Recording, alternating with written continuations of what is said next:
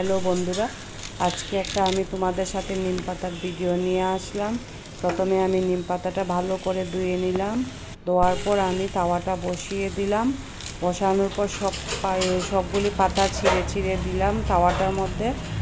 তারপর ভালো করে আমি নাড়িয়ে নিলাম নিম পাতাটা নাড়িয়ে নেওয়ার পর ভালো করে ভেজে, তারপর আমার নিম পাতা খেতে খুব ভালো লাগে, পছন্দের আমার নিম পাতাটা আমি আমার মার থেকে শিখে নিয়েছি, আমার খুব পছন্দের। তারপর একটু সরষের তেল দিলাম, সরষের তেল দেওয়ার পর একটু নাড়িয়ে নিলাম। নাড়িয়ে নেওয়ার পর আমি বেশি কালো করিনি, আমি বেশি কালো ভালো পাই না, আমি একটু হোয়াইট রাখি নিম পাতাটা।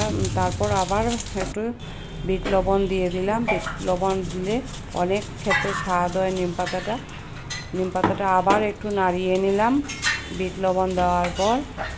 তারপর আমি ভালো করে নাড়তে হবে, নাহলে সবগুলি পাতা একসঙ্গে ভালো না হয় তাহলে ভালো লাগে না খেতে।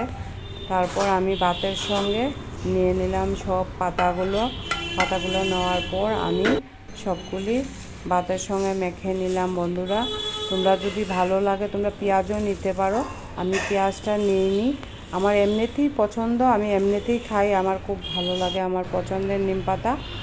আমি নিম পাতা দিয়ে সবগুলি ভাত মেখে নেওয়ার পর সবগুলি ভাত খেয়ে নিলাম। দেখবে বন্ধুরা, যদি সব ভাতগুলি আমি খেয়ে নিয়েছি।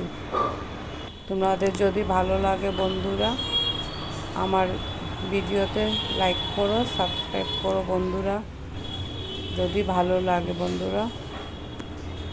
টাটা।